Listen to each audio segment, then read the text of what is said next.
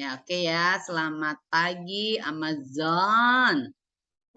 Pagi, selamat tahun baru ya. Tuhan berkati semuanya. Nanti semua maju ujian KTI dengan baik, lolos semua ujian sekolah ya. Kemudian semuanya lulus, Dik. Lulus. Amin ya. Oke, kita kembali di kita punya pelajaran. Hari ini kita akan membahas tentang fenomena kuantum. Sebagian kita udah bahas kemarin ya. Oke, sekarang kita kembali ke channelnya kita, tahu apa tuh channelnya kita? Di Link Link Smart Open Teja. Oke ya. Nah, ngomong-ngomong tentang Link Link Smart Open Teja,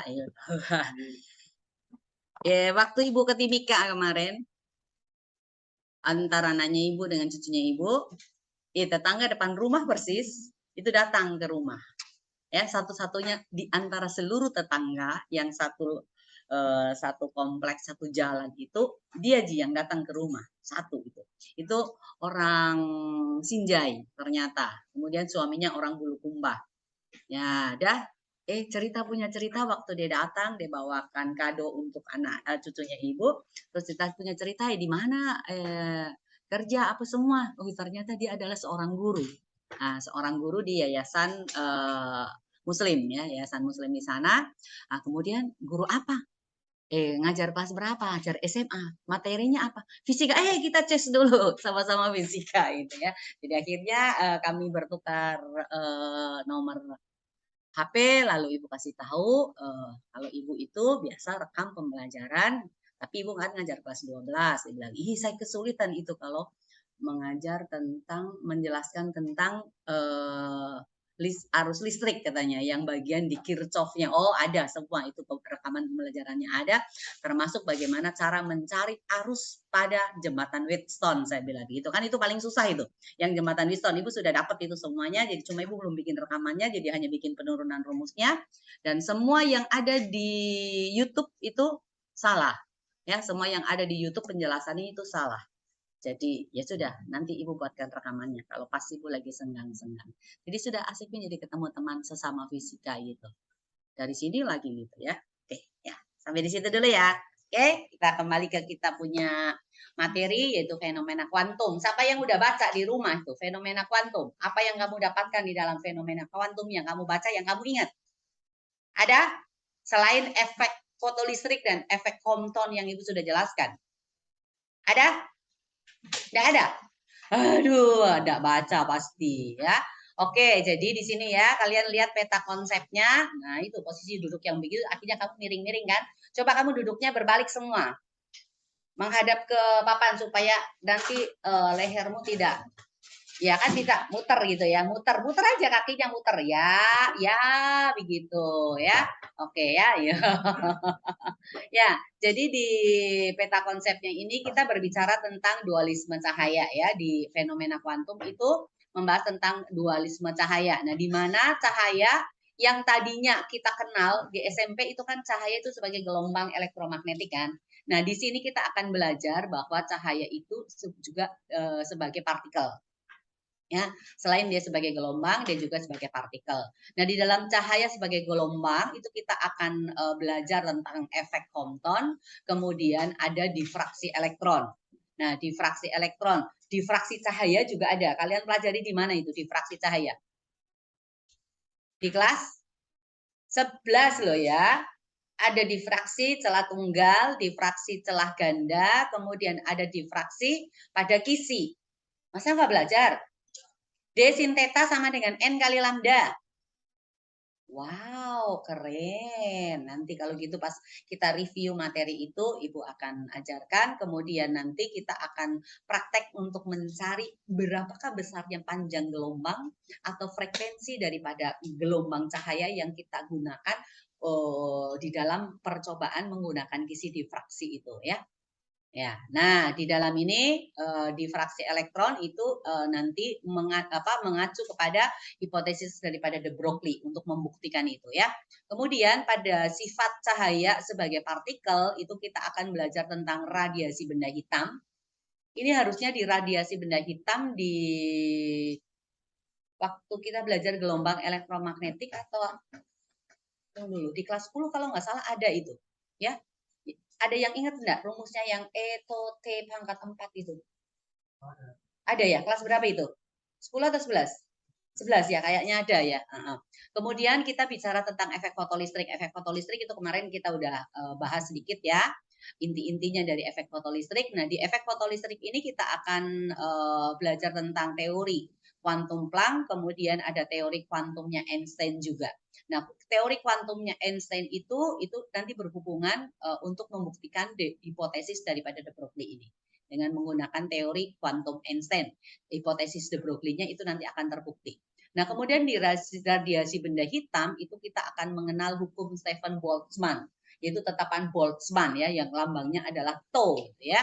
Kemudian ada juga hukum pergeseran Wien ya. Hukum pergeseran Wien itu nanti kita bicara tentang lambda maksimum ya.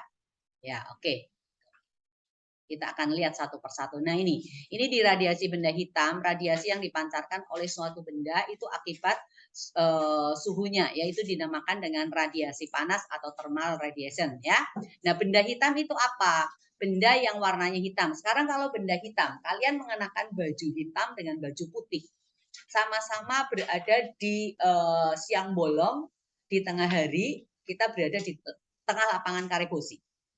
Nah, kira-kira apa yang dirasakan oleh kalian pada saat kalian ini bayangin aja ya, nanti kalau nggak percaya kamu coba gitu ya. Hari ini di jam 12 siang, persis atau jam 1 siang, pergi ke lapangan Karebosi di tengah-tengah, kamu berjemur 5 menit aja menggunakan baju hitam full, nanti besoknya lagi pakai baju yang putih full gitu ya. Nah, apa yang kalian rasakan kira-kira nanti kalau kita mengenakan baju hitam, kemudian kalau kita mengenakan baju yang putih? Bedanya apa coba kira-kira? Yang hitam kita akan merasa lebih panas dibandingkan pada saat kita mengenakan baju yang berwarna putih. Nah, ini artinya apa? Benda hitam itu dia lebih banyak menyerap panas. Apalagi kalau hitamnya hitam pekat, hitam sempurna. Itu diserap semua gelombang cahayanya ya. Gelombang cahayanya semuanya diserap ya. Jadi seluruh cahaya gelombang elektromagnetik itu terspektrum cahayanya apa saja itu? Ada yang masih ingat? Yuk, apa? Pertama apa? Kok merah? Spektrum gelombang elektromagnetik loh ya, bukan cahaya tampak loh. Ya. Apa saja? Pertama apa?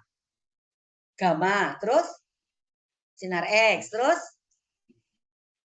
UV, terus tampak. Lalu infrared. Kemudian gelombang apa? Mikro dulu, habis itu gelombang radio dan televisi. Nah, itu diserap semua itu sama warna hitam gitu ya. Nah, beda kalau kita menggunakan baju warna putih. Kalau putihnya putih mengkilat, kemudian putih betul-betul yang putih, itu dia akan memantulkan semua cahaya ya. Nah, untuk membedakan daya serap ya, untuk membedakan daya serapnya itu ada satu tetapan, lambangnya juga sama saja dengan E. E itu di dalam momentum juga kita pakai E ya. Kalau di momentum koefisien apa namanya? Koefisien restitusi ya yang di sini. Nah, itu lambangnya adalah E ya.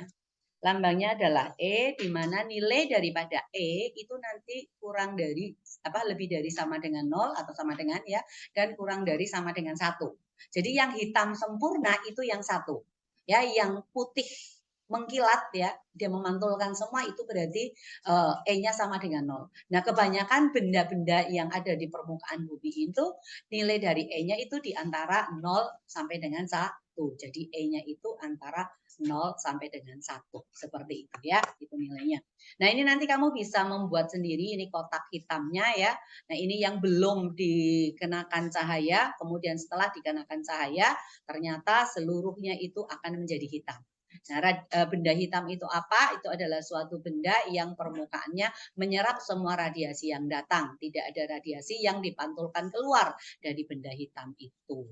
Nah, oke. Sekarang, nah ini hukum Stefan Boltzmann ya, ini teorema Kirchhoff. di mana R itu sama dengan J dalam perubahan F dan T di sini. Nah, ini Joseph Stephen ya. Nanti kamu cari tahu siapa itu Joseph Stephen ya. Nah, ini mendapatkan secara eksperimen bahwa daya total persatuan luas. Apa itu daya? Lambang daripada daya itu apa ya? P ya, lambang daripada daya itu adalah P. Ya, jadi lambang daripada daya itu adalah P. Nah, ini total persatuan luas. Persatuan luas berarti per apa? Per A ya, yang dipancarkan pada semua frekuensi oleh suatu benda hitam panas. Nah, intensitas total ini sebanding dengan pangkat 4 daripada suhu mutlaknya, di mana nilai daripada I itu intensitasnya itu sama saja dengan E to T pangkat 4. Ini ya intensitasnya. Ya, I sama dengan E to T pangkat 4. Nah, I juga kan dirumuskan I ya dalam kalian belajar tentang intensitas cahaya yang intensitas bunyi yang lalu. Itu juga kelas 11 ya, intensitas bunyi. Ya, itu juga sama aja dengan P dibagi dengan A kan? Ya atau ya? Ya, nah jadi di sini I-nya itu berarti sama dengan lupa semua. E to T pangkat 4 ini sama saja dengan P dibagi dengan A. Maka P sama dengan apa? E to, yuk kita A-nya dulu ya. T pangkat 4 ya. E to A T pangkat 4 ya. Oke, ya ini nilainya daripada P ya. Nah, kalau di intensitas bunyi gimana? Perbandingan antara intensitas bunyi 1 dengan intensitas bunyi 2 atau pada jarak yang berbeda itu gimana? Yuk, kalau dayanya sama gitu ya, perbandingan intensitasnya. Sebanding dengan apa? Apa coba? Yo, lupa nih semua. Oh, gimana ya? A-nya itu sama dengan apa? Kalau ini ada bunyi, luasannya kan berbentuk apa? Berbentuk lingkaran kan? Ya, berarti A-nya sama dengan apa? Pi R kuadrat. Jadi kalau I1 berarti sama dengan P dibagi dengan Pi R1 kuadrat. Kalau I2 berarti sama dengan apa? P dibagi dengan Pi R2 kuadrat. Jadi kalau gitu maka I2 dibanding dengan I1 sama dengan apa? R1 per R2 kita pangkatkan 2. Lupa gimana sih?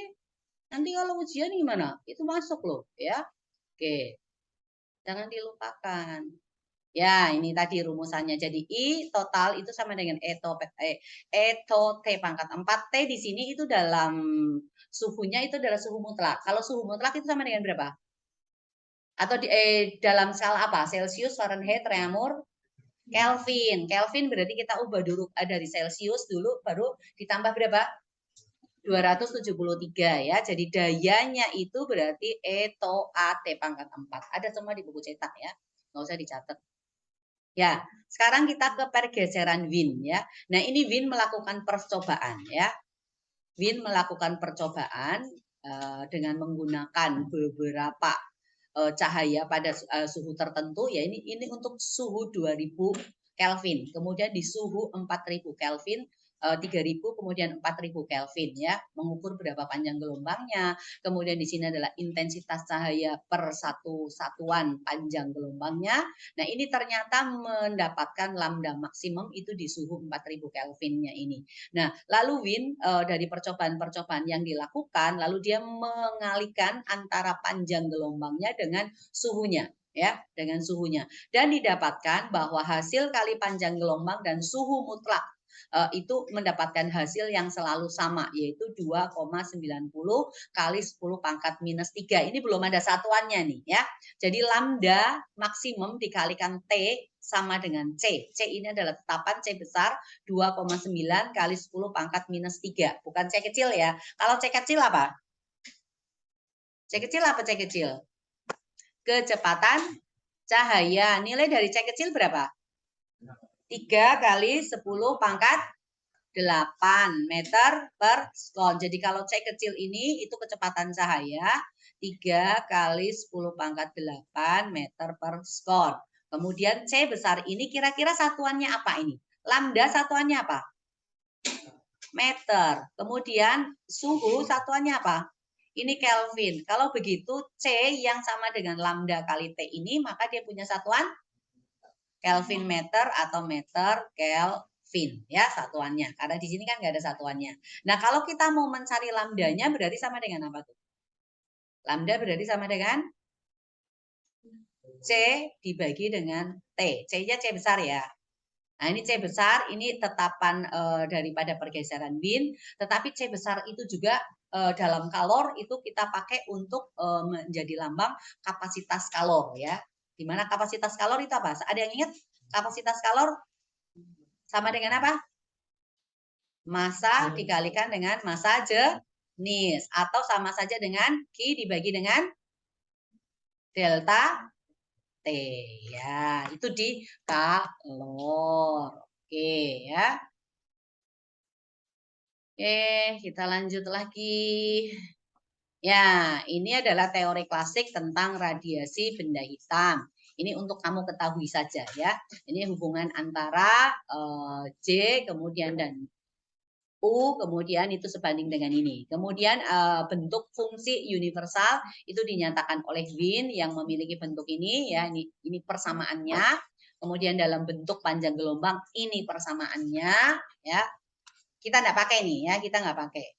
Yang kita pakai ya yang tadi itu. Ya, ini kalau nanti kamu kuliah ambil jurusan fisika murni ya, kamu akan belajar itu. Ya. Nah, kemudian ini kerapatan energi persatuan panjang ya, ini adalah mu ya. Mu ini sama dengan 8 pi kT lambda pangkat min 4. Nah, ini pernyataan ini dikenal dengan hukum Rayleigh-Jeans ya. Ini juga kita jarang sekali pakai dan hampir tidak pernah terpakai ya. Ya, nah ini teori Planck tentang radiasi benda hitam ya. Planck memulai dengan membuat anggapan baru ya tentang sifat dasar dari getaran molekul dalam dinding rongga hitam ya. Nah, ini. Yang pertama ini. Radiasi yang dipancarkan oleh getaran molekul itu tidaklah kontinu, melainkan apa? Dalam paket-paket energi ya, energi diskret ini yang disebut dengan kuantum atau foton, di mana energinya itu E itu sama dengan H dikalikan dengan F ya. E sama dengan H dikalikan F, H-nya itu sama dengan apa? Ada yang ingat H? Ini apa ini H? Tetapan Planck ya, jadi E itu sama dengan H dikalikan dengan F ya. Ini ada tingkatan-tingkatan energinya, makanya kita menggunakan di sini EN ya, E ke N ya, tingkatan energi keberapa? Itu N dikalikan H dikalikan dengan F, di mana N-nya mulai dari angka 1, 2, 3 dan seterusnya. Jadi kalau E1 berarti ini sama dengan H dikalikan F. Kemudian kalau E2 berarti berapa?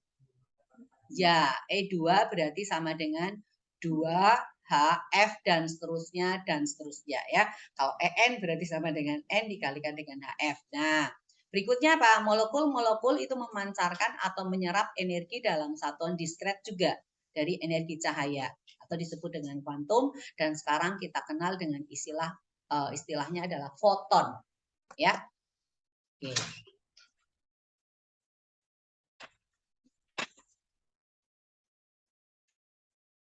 Ya, ini ya. Ini teori Planck tentang radiasi benda hitam. Ini tingkatan-tingkatan energinya ya. Jadi tingkatan pertama itu HF, tingkatan kedua 2HF, tingkatan ketiga 3HF dan seterusnya sampai N tak berhiga. Nah, ini hukum radiasi Planck ya, di mana mu sama dengan 8 pi Hc lambda pangkat min 4 dibagi dengan E Hc per pangkat ini ya, pangkat daripada Hc per lambda K dikalikan T dikurangi dengan 1 ya. Ini juga nggak pernah keluar sih di ujian nasional pun nggak pernah keluar ya, terlalu repot untuk dihafal ya, nanti kalau kamu kuliah boleh. Nah ini ada contoh soal nih ya, ini contoh soalnya juga ada di dalam buku cetak ya. Ini sebuah lampu natrium 20 watt. Watt itu berarti apa? Hah? Daya P ya, P itu 20 watt, itu berwarna kuning dengan lambda 589 nanometer. Kalau mikro 10 pangkat minus berapa? Min 6, nano 10 pangkat min 9, piko 10 pangkat min 12 dan seterusnya ya. Nah, berapa banyak foton yang dipancarkan oleh lampu setiap skon? Setiap skon berarti time-nya sama dengan 1 skon ya. Nah, kita menggunakan rumus apa? Apa rumus yang harus dipakai? Ini ada di sini sih ya. Nah, kalau energi daripada lampu ya, energi daripada lampu, kamu ingat W itu sama dengan apa? P dikalikan dengan T. Kemudian energi untuk ini sinarnya itu sendiri, itu kan kita pakai ini apa? H dikalikan F kan? Lalu F ini kan frekuensi daripada cahaya. Kalau frekuensinya adalah frekuensi cahaya, berarti kecepatannya adalah kecepatan cahaya. Dan di sini yang diketahui itu adalah lambdanya. Nah, sekarang frekuensi itu hubungannya dengan lambda dan kecepatan cahaya itu sama dengan apa? Ingat di gelombang, V itu sama dengan apa? F kali apa? Di gelombang. Gelombang longitudinal, gelombang transversal SMP. V sama dengan F kali apa? Lambda, jangan ragu-ragu. Iya, kalau gitu F di sini berarti sama dengan apa? Frekuensi sama dengan V dibagi dengan lambda. Nah, sekarang kalau cahaya, kecepatannya sama enggak? Sama kan? Kecepatan cahaya di ruang hampa. Sama dengan apa? 3 kali 10 pangkat 8 itu sama dengan diberi lambang apa? C. Berarti ini kita pakai C per lambda. Kalau begitu, E ini, ada N ya, lupa ya. Ada NHF ya. Nah, ini berarti sama dengan apa? N dikalikan H dikalikan apa? F-nya berarti ini C per lambda. Nah, energi ini itu sama. Jadi, W itu sama saja dengan EN. Atau EN sama dengan W. Kalau gitu, maka P dikalikan T ya. Ini sama aja dengan apa? N, H, C per lambda. Makanya untuk cari N berarti sama dengan apa? P kali T dikalikan dengan lambda dibagi dengan H, C. Ini naik sana, ini turun jadi penyebut. Akhirnya jadi ini ya. Nah, tinggal kamu masukkan, dapatlah ini ya. Dalam 5,92 kali 10 pangkat 19 foton. Biasakan itu ini ya, kamu menemukan dulu rumusnya. Ya, jangan masuk angka dulu. Kalau masuk angka dulu itu kan cara-cara anak SD sama anak SMP kan. Kamu SMA apalagi udah mau kuliah belajar meramu rumus supaya kita mendapatkan rumus-rumus SMART. Ya. Oke. Ada yang mau mencatat tak? Kalau ada yang mau mencatat bilang supaya Ibu pause dulu. Mau? Ya udah. Kalau mau dicatat catat aja. Kita pause dulu.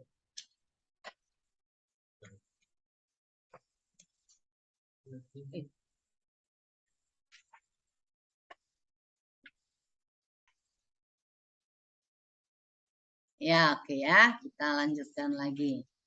Sekarang kita lihat bagian berikutnya. Nah, ini teori Planck tentang radiasi benda hitam. Ini bentuk grafiknya dari panjang gelombang, kemudian intensitas. Kemudian ini menuju bencana UV ya menurut Rayleigh Jeans ya. Ini adalah grafiknya Planck. Kemudian ini untuk pergeserannya Wien ya. Nah, ini energi satuan relatif ya. Ini hubungan antara panjang gelombang dan energinya. Itu grafiknya. Nah, ini apa itu dualisme cahaya? Jadi menurut Newton itu cahaya merupakan suatu partikel. Sedangkan menurut Huygens ya, cahaya itu merupakan suatu gelombang. Nah, ini ada eksperimen interferensi celah ganda yang ya, itu yang kamu pelajari di kelas 11 ya untuk celah ganda. Ya, kemudian timbulnya ada garis terang gelap, terang gelap, terang gelap gitu ya. Kalau interferensi celah tunggal juga ada, lalu interferensi difraksi kisi ya, difraksi kisi ya ada. Nah, ini penemuan gelombang elektromagnetik itu dari hasil eksperimennya Hertz ya, berdasarkan hipotesisnya Maxwell. Nah, ini mendukung bahwa cahaya itu berfungsi sebagai gelombang ya.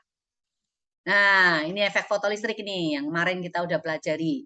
Apa itu efek fotolistrik? Itu adalah peristiwa keluarnya elektron ketika suatu permukaan logam disinari oleh radiasi elektromagnetik. Syaratnya apa? Supaya elektron itu keluar dari logamnya. Apa syaratnya? Energi daripada cahaya harus apa? lebih besar daripada energi ambangnya ya. Jadi energi ambang itu adalah energi minimum yang diperlukan untuk membebaskan elektron dari permukaan logam. Ya, ini menurut Planck, radiasi yang dipancarkan benda hitam itu tidak kontinu, melainkan berada dalam paket-paket energi diskret yang kita sebut dengan foton. Ya, besar energinya itu tergantung pada frekuensi gelombang elektromagnetik. Kalau begitu, keluar tidaknya atau terlepas tidaknya elektron dari permukaan logam itu tergantung siapa? Tergantung pada apa? Pada pada apa ini loh, kelihatan di sini kan ini. Bergantung pada apa? Frekuensi gelombang cahaya yang datang pada logam. Kalau frekuensi cahayanya itu lebih besar daripada frekuensi ambangnya, maka elektron itu bisa terlepas. Nah, banyak sedikitnya elektron yang terlepas itu tidak tergantung pada frekuensinya. Sebesar apapun frekuensinya, kalau intensitasnya itu tidak menjadi lebih besar, maka elektron itu tetap keluar. Nah, tapi banyak sedikitnya elektron itu bergantung pada intensitas. Jadi biar intensitas cahayanya rendah, tetapi kalau misalnya frekuensinya lebih besar dari frekuensi ambang, tetap elektron itu bisa lepas ya. Jadi ingat itu ya. Banyak sedikitnya elektron itu tergantung pada intensitas cahaya. Tetapi untuk lepas tidaknya elektron dari permukaan logam itu tergantung pada apa? Frekuensi ya. Jadi misalnya ini ada permukaan logam yang disinari oleh cahaya dengan frekuensi itu adalah F, panjang gelombangnya tentunya lambda, jadi E-nya itu sama dengan apa? H dikalikan dengan F ya. Lalu di sini itu punya fungsi kerja. Fungsi kerja biasanya dinyatakan dengan V0 atau boleh kamu tulis dengan E0 juga nggak apa-apa ya, pakai E0. Ini berarti sama aja dengan HF0. Jadi F0 itu adalah frekuensi ambang. Ini juga boleh ditulis dalam apa? H, C dibagi dengan lambda 0. Kalau begitu lambda 0 itu adalah panjang gelombang ambang. Ya, panjang gelombang ambang. Nah, V0 itu adalah fungsi kerja atau E0 ya. Jadi E-nya sama dengan ini. Nah, sekarang ini elektronnya kalau E-nya lebih besar daripada E0 ya, E0, lepas nggak elektron? Lepas ya. Maka ini elektron ada yang terlepas. Terlepas dengan kecepatan V, maka dia punya energi kinetik. Nah, kalau begitu energi kinetiknya kira-kira sama dengan apa? EK sama saja dengan E kita kurangi dengan E0 ya. Berarti sama aja dengan HF dikurangi dengan HF0 atau sama aja dengan H dikalikan F dikurangi dengan F0. Bisa juga ini kita tuliskan HC kali apa? 1 per lambda dikurangi 1 per lambda 0. Sama aja ya, nggak ada masalah. Seperti ini ya, ini adalah energi kinetiknya ya. Oke, bisa dilanjut? Oke, kita lanjut ya. Nah, ini adalah percobaan daripada efek fotolistrik ya. Di efek fotolistrik ini diselidiki oleh Hurwitz ya dan Lennard ya. Beda potensial negatif terbesar yang menyebabkan tidak ada elektron yang tiba di plat logam. Nah, itu namanya adalah potensial henti, di mana potensial henti itu sama aja dengan energi kinetik maksimum itu sama saja dengan E dikalikan V0. Jadi V0-nya di sini adalah potensial henti. Jadi kalau kita tahu energi kinetiknya, tadi energi kinetik sama dengan apa? Energi foton dikurangi energi ambang ya. Nah, tinggal dibagi dengan E. E-nya itu adalah Ki ya. Ki elektron. Ki elektron sama dengan berapa? 1, enggak boleh lupa loh. Muatan elektron nggak bisa lupa tuh. Harus hafal itu, harus ada di otaknya kita. 1,6 kali 10 pangkat minus 19. Kira-kira ini rumus dari mana nih? Kenapa bisa sama dengan EVO? Ingat nggak rumusnya Pak Vicky? Punya PT Fit Irit. V itu sama dengan apa? V dikalikan dengan Ki Pak Vicky. Punya PT. Nanti V itu sama dengan P dikalikan T. Fit Irit itu nanti masuknya di hukum Ohm ya, di Kirchhoff 1 atau yang lain ya. Nah, yang kita pakai itu yang ini nanti. V sama dengan VQ, kemudian V sama dengan PT. V-nya di sini adalah V voltage ya, Q-nya adalah Q muatan. Nah, karena yang dilepaskan itu adalah elektron ya. Nah, di sini adalah V-nya itu sama saja dengan EK. Nah, ini berarti kita menggunakan V dikalikan Q sama saja dengan E dikalikan EK ya, EK energi kinetik. Nah, V-nya di sini adalah potensial henti V0, lalu Q-nya di sini adalah elektron. 1,6 kali 10 pangkat min 19 ya. Jadi di sini V0-nya berarti sama aja dengan E kita bagi dengan ini ya, V0 sama dengan EK dibagi dengan E ya. Potensial henti ya, kalau ditanyakan potensial henti kadang-kadang muncul sih ditanyakan potensial henti, cuma jarang sekali ya. Oke, sekarang kita lanjut lagi ya. Ini percobaan efek fotolistrik ya, dari hasil eksperimen fotolistrik itu yang gagal dijelaskan oleh teori gelombang sebagai cahaya. Jadi ada sesuatu yang tidak bisa dijelaskan dengan menganggap bahwa cahaya itu sebagai gelombang. Tetapi ini hanya bisa dijelaskan kalau cahaya itu dianggap sebagai partikel gitu ya. Nah, ini yang gagal dijelaskan ya. Dari hasil eksperimen efek fotolistrik itu ada beberapa temuan yang gagal dijelaskan kalau kita menggunakan teori cahaya sebagai gelombang. Yang pertama ini, tidak satupun elektron dibebaskan dari plat logam ketika frekuensi cahaya yang digunakan lebih kecil daripada frekuensi ambang yang khas untuk setiap logam. Kedua, jika frekuensi cahaya yang digunakan lebih besar, jumlah fotoelektron yang dibebaskan itu bukan sebanding dengan frekuensinya, melainkan dia sebanding dengan intensitas cahayanya. Ya, sementara energi maksimum elektron foton itu tidak bergantung pada intensitas cahaya, melainkan bergantung pada frekuensi cahaya yang datang gitu ya. Lalu arus fotoelektron itu terjadi hampir spontan, bahkan untuk cahaya yang berintensitas rendah ya. Ya, jadi lepas tidaknya elektron dari permukaan logam itu tidak bergantung pada intensitasnya, tetapi bergantung pada frekuensinya. Oke. Nah, ini ya, ini yang tadi nih. Ya, yang sudah ada dijelaskan tadi ya. EK maksimum sama dengan E dikurangi W0. W0 sama aja dengan E0 ya. Jadi setengah MV kuadrat sama dengan HF dikurangi HF0. Sekarang kalau kita mau cari di sini, mau cari kecepatan daripada elektron, gimana cara carinya? Kan setengah MV kuadrat sama dengan HF dikurangi HF0. Berarti untuk cari V gimana? V berarti sama dengan, ini kan V pangkat 2 nih. Kalau gitu sama dengan apa? Akar ya. Nah, 2-nya ini kan naik nih. Ya, ini 2 per M. Oke. Berarti jadi 2 per M. Hanya boleh keluar. Berarti 2H per M ya. 2H per M berarti ini kita kalikan F dikurangi dengan F0. Kalau kita pakai lambda, berarti ada apa lagi? 2HC per M. Berarti dikalikan 1 per lambda dikurangi dengan 1 per lambda 0 ya. Bisa juga kita cari lambdanya, nggak apa-apa ya. Oke. Ya. Lanjut ya. Ya, ini percobaan untuk menghasilkan produksi sinar X ya. Nah, ini ada di sini filamen yang dipanasi ya, dihubungkan dengan potensial rendah. Nah, potensial rendah ini yang negatif itu namanya katode, berarti yang dilepaskan apa?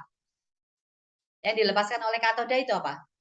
Elektron-elektron. Nah, ini elektron-elektronnya ini bergerak penumbuk target tungstennya. Jadi pada saat terjadi tumbukan itu ada perpendaran cahaya. Nah, perpendaran cahayanya ini adalah sinar X yang tidak bisa kita lihat dengan mata telanjang.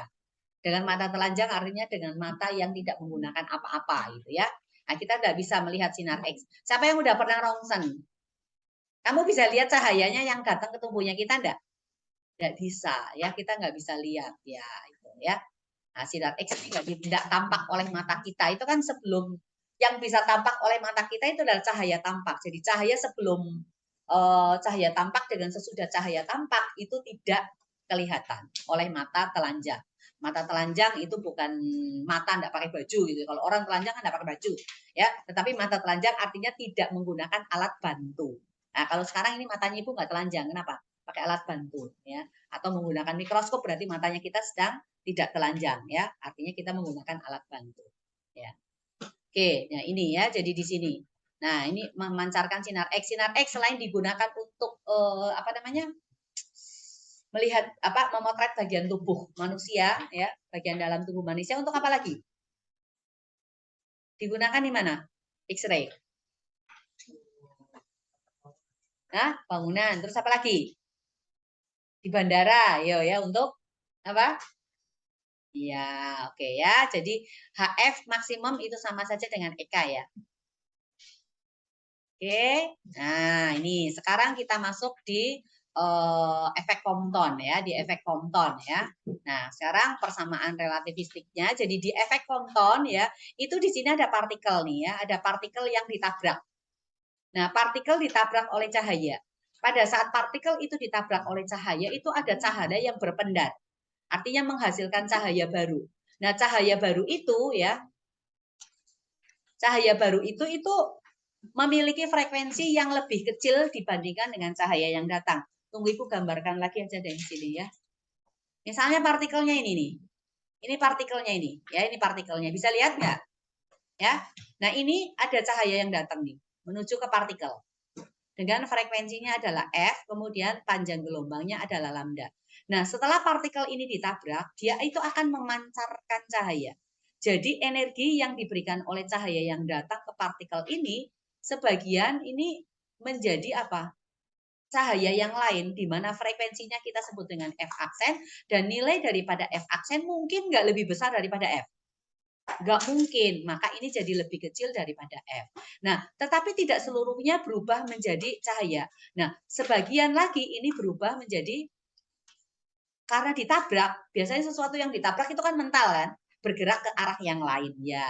Jadi ini bergerak ke sini ya. Nah, dengan kecepatan v, maka dia juga akan karena bergerak partikelnya berarti dia punya energi kinetik. Nah, sekarang kalau frekuensinya lebih kecil dibandingkan dengan frekuensi cahaya yang datang, maka panjang gelombangnya kira-kira gimana? Lambda aksennya dibandingkan dengan lambda.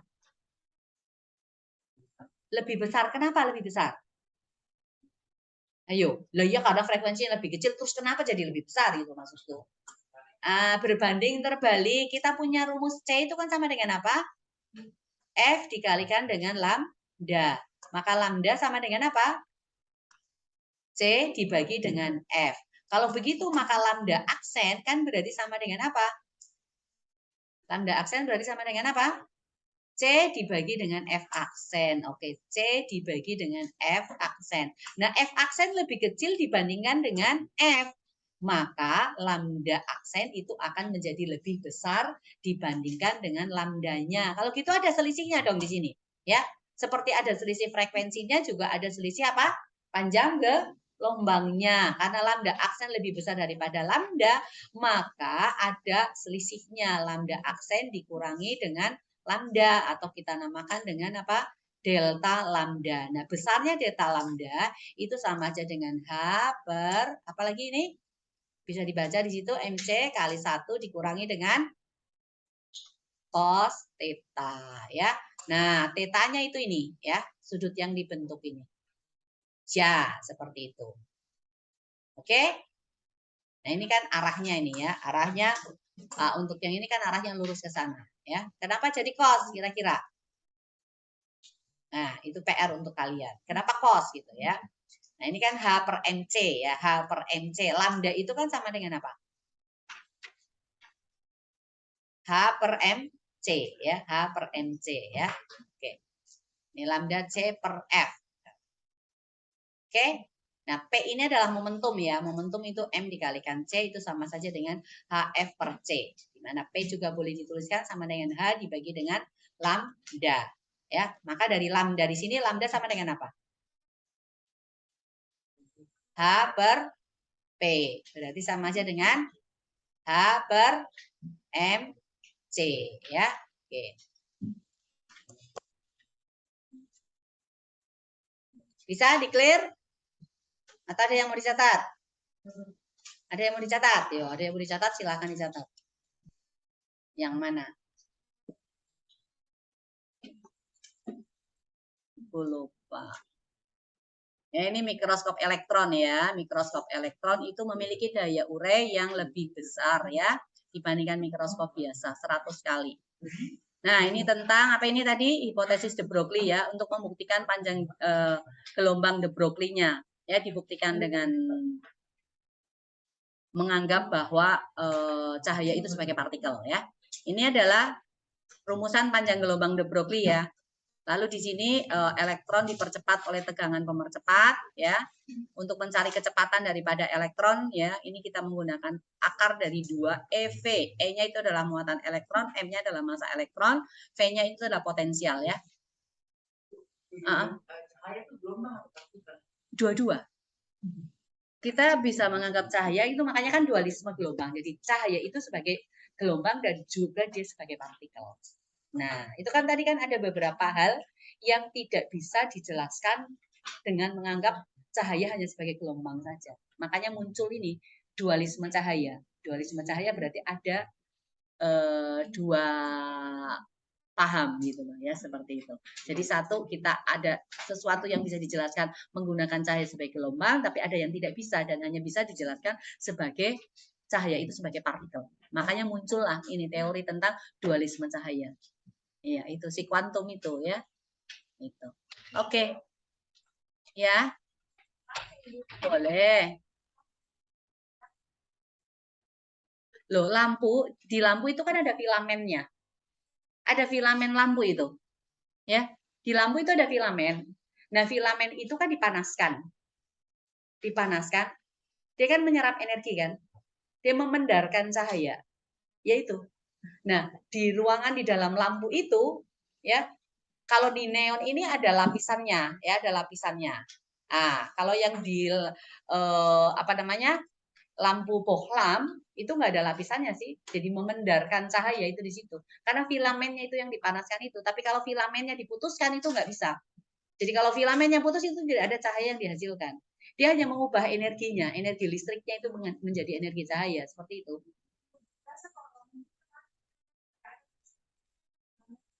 Ya, dia kan masih menyimpan energi kan, tidak langsung habis itu energinya. Iya, jadi masih ada itu yang menyala merah-merah itu toh. Ya itu filamennya itu. Sama aja sekring gitu loh.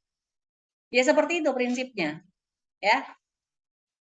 Dan biasanya kalau pecah itu kan timbul ledakan, bang gitu ya. Kenapa? Di dalamnya itu nggak ada udara. Makanya terjadi ledakan.